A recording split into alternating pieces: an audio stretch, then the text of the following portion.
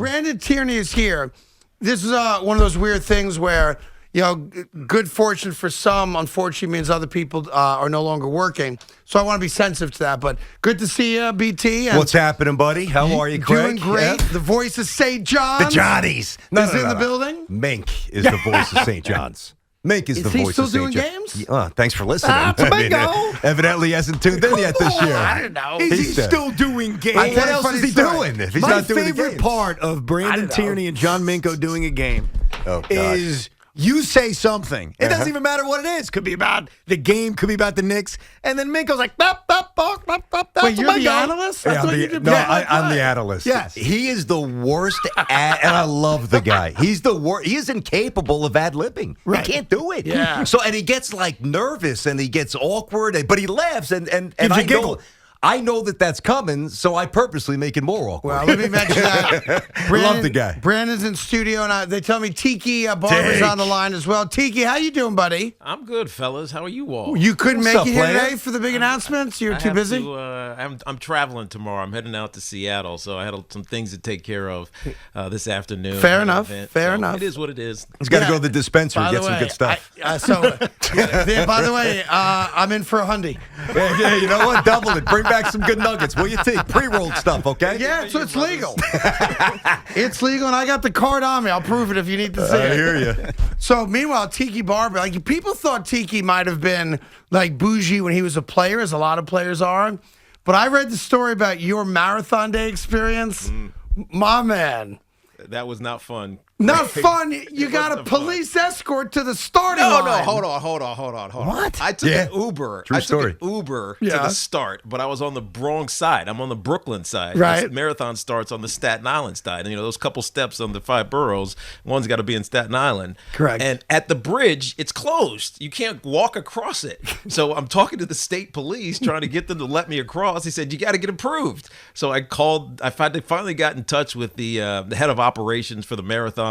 He gave that guy the okay, and the guy was like, "I know who you were. I just couldn't let you go. I just needed the okay." Yeah, You but almost gotta respect that. But you leave out. I don't know if it's the best part, but you leave out an important part. He did the Alabama game the night before, Right. And then he drove to Atlanta. He slept for an hour, and he ran the race for charity. Yeah. So Right. it might Which sound he's bougie. always done, right? Always Yeah, for I've charity. always done. Oh yeah. Yeah. What? And what'd you run it in? Under 4? 9 No. hours. Almost. BT Sharp Tierney, as I like to call him, placed the over-under at 4:45. And he took his over, and I went over 4:47. Very close. You finished. Oh, close. 2 minutes Pretty off, close, man. dude. You're 2 right. minutes off. So I should say, and I know you heard me when you were on hold there, Tiki and Tierney. That's the name of the show. They're going to be our new midday show starting after the new year. Yep. And obviously, having known both of you guys for a very long time, I've been respectful of both your careers. And I say this with due respect to Moose and Maggie, who are here for a long time as well. I do think you guys will be great additions here. Thrilled that we're coming on after you guys. And, congratulations to both of you.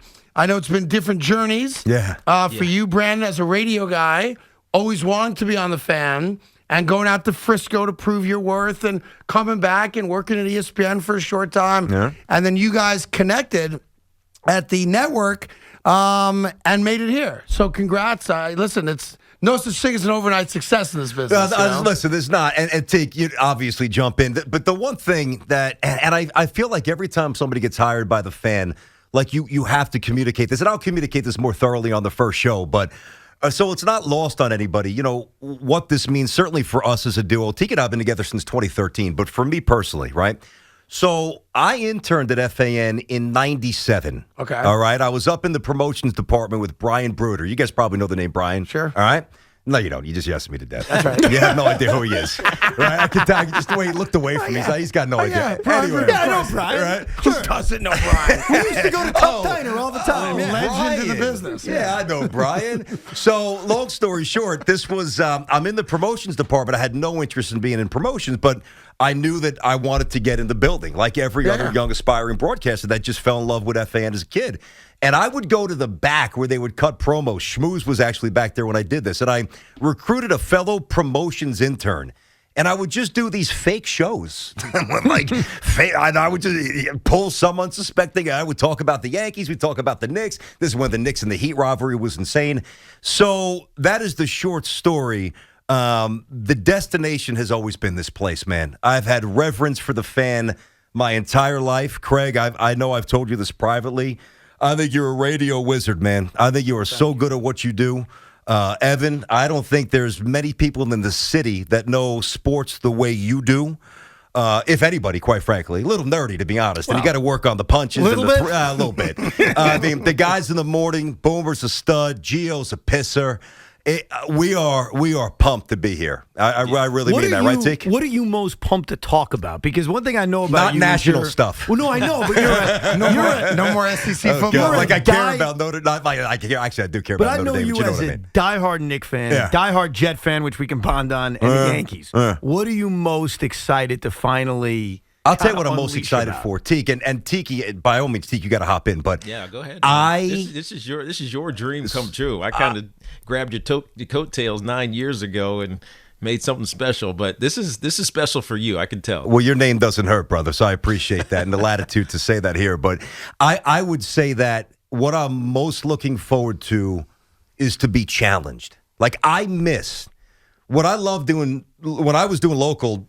Down the dial or up that, whatever it was back in the day. I loved the energy that you can't replicate doing a national show. And I loved when somebody called up and brought it to the point where you know when somebody challenges you, like you get that blood flowing that just didn't happen down the hall. And I love doing those shows and I love Teague, but I cannot wait to get back in the studio and connect with New York. I missed it. And I loved what I did. But I missed it. Yeah, no, it's a different animal. Tiki, I'm sure you see it. You know, different broadcast stops along the way. Like when you talk about New York in New York and you walk out the door, people hear you. I know. Yep. Look, Craig, it's been 15 plus years, but the battles I used to have with the host on this station were legendary, especially Francesco when he would think he knew everything about the New York Giants and was telling me what I should be doing. You know, he still thinks that. Yeah, exactly. But you know, you guys, maybe you don't know this, but my first gig in media this was is hysterical. WFAN. In my off season back in 1998, I was having issues, couldn't stay healthy. Lepselter, our manager, said, "Teak, you got to divorce yourself from football just in case."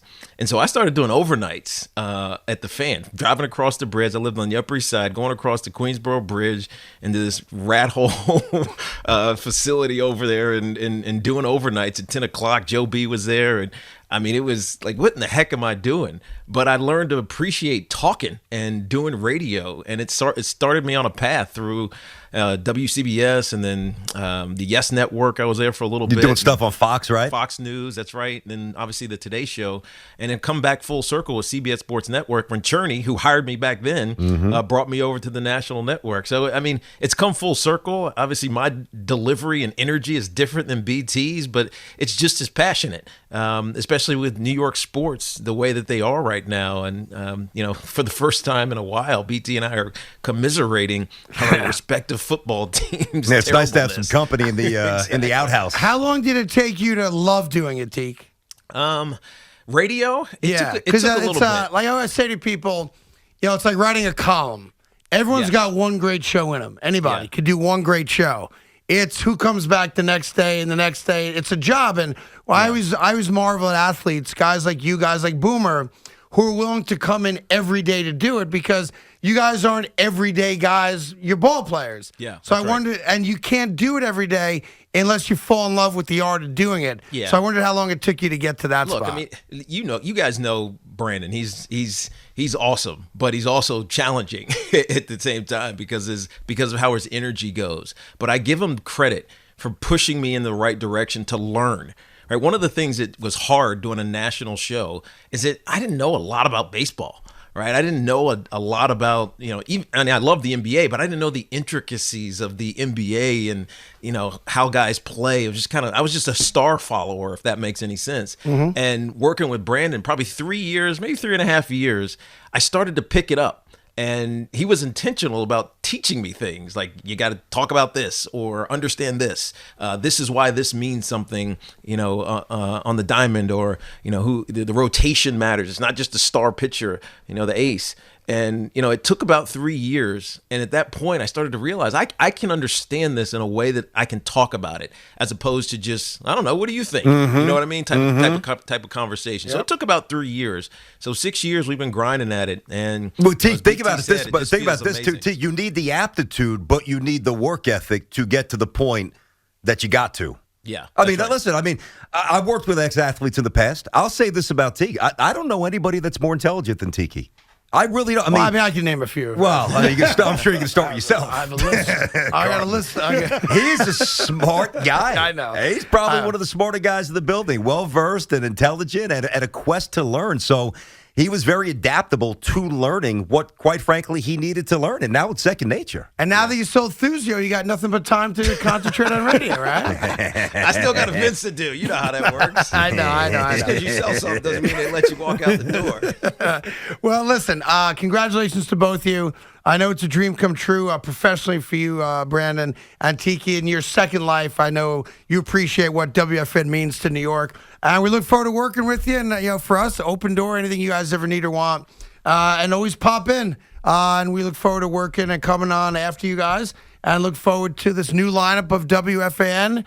I'm sure your family's all pumped up about it. Everybody's pumped up, man. It's all good vibes. And here's ready. the son of a New York cop. That's right. Not detective. Don't get it wrong. Detective. Excuse me. Detective. They still cop. I thought he was a sergeant, BT. That's right. Well, when I got pulled over, I said he was a sergeant, and they let me go, actually. You promoted That's him an when you old got story. pulled over? That's an old story. We don't need to rehash that. Anyway, it's that's remember that Tiki? That was hysterical. That's New York. That's right. That's New York. It's great. I can't wait. Thank you for opening the door. Great to be in with you guys. Congrats, and guys. New York, we'll see you January 3rd. I missed you guys. January 3rd, Monday, the premiere of it's Tiki and Tierney. No, it's Tierney and Tiki. Tierney and Tiki, the T-Boys on the fan. Congrats to both you guys. Thanks, pal. All right, looking forward to see you. And Tiki, get home safe. Thanks, buddy.